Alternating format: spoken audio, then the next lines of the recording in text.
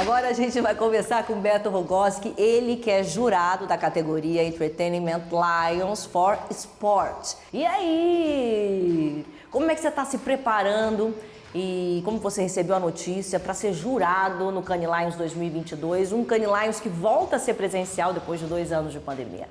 Primeiro, fiquei assim muito animado. Eu acho que ser jurado é realmente uma conquista, aquelas coisas que você um marco na carreira, assim muito interessante, muito legal, uma coisa que eu fiquei realmente muito feliz. Desde o primeiro dia eu já comecei a realmente estudar um pouco a categoria. É uma categoria que não é tão, é um pouco recente, ela não é tão tradicional. Então, primeira coisa, ver os materiais que ganharam na última edição, entender um pouco quais são os grandes temas que o esporte está trazendo no mundo. E lembrando que o esporte é o esporte, mas também é o e-sport, né?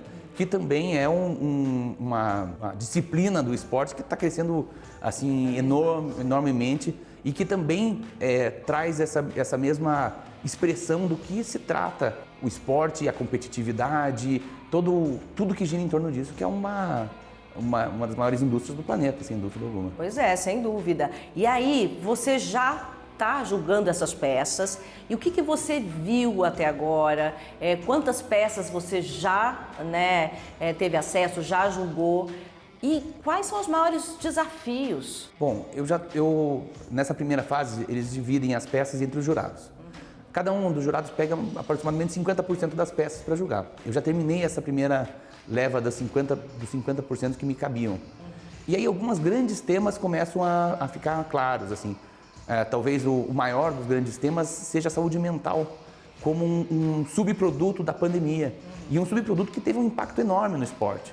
Simone Biles, que ela abriu a melhor ginasta olímpica, talvez da história, que abriu mão de competir em nome da própria saúde mental, desse tema que era um tema um pouco oculto ou um pouco, vamos dizer, tratado como uma fraqueza. E de repente você vê com uma grande coragem as pessoas que puxaram essa bandeira e falaram em nome de tanta gente que está sofrendo sobre isso e que até assim, pouco tempo atrás era visto como assim, você não está tentando o suficiente, ou você é fraco, ou você não é um vencedor. E essa questão realmente se refletiu muito nas peças que eu joguei. Brasil, a gente sempre pergunta, né? Tem que dar uma perguntadinha, né? Como está a participação brasileira nessa categoria? O Brasil é um país que tradicionalmente tem uma participação em Cannes muito significativa. Não é diferente em esporte. Tem muitas peças brasileiras e o nível das peças brasileiras, assim como o país como um representante da propaganda, é muito bom. O que acaba acontecendo no julgamento? Você vê as peças brasileiras, o meu maior interesse é, óbvio, entender profundamente o que aquela peça está representando, imaginando que a gente vai ter jurados aí do mundo inteiro e jurados, inclusive, de backgrounds muito diferentes. Não é só jurados vamos dizer, do meio publicitário. Tem alguns jurados de entidades como, por exemplo, FIFA e outras entidades desportivas. Tem alguns jurados que são de times. Por exemplo, tem uma jurada do Kansas City Chiefs que ela tem absolutamente nenhum histórico de propaganda. E aí, quando eu vejo as peças todas, mas em especial as brasileiras, eu fico só pensando assim, em algum momento a gente vai ter que discutir isso em um shortlist e eu quero estar muito preparado para dar algum tipo de contexto cultural, qualquer coisa que possa ter passado batido nesse julgamento, que imagino que são 300 peças por jurado.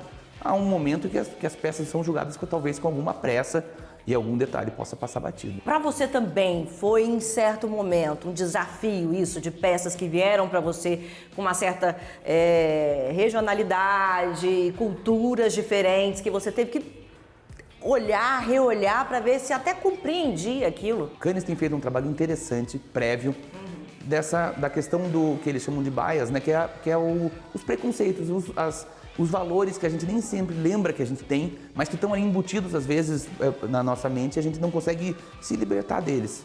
Uma peça escrita de um país que a economia não é tão grande, mas nem por isso ela é menos interessante ou menos brilhante. Enquanto você está julgando, você também tem que pensar que existe uma dimensão, uma escala, que, óbvio, uma peça de um mercado central como o americano, os grandes mercados europeus, até o próprio brasileiro, ele vem com acabamento ou com números que são muito mais impressionantes.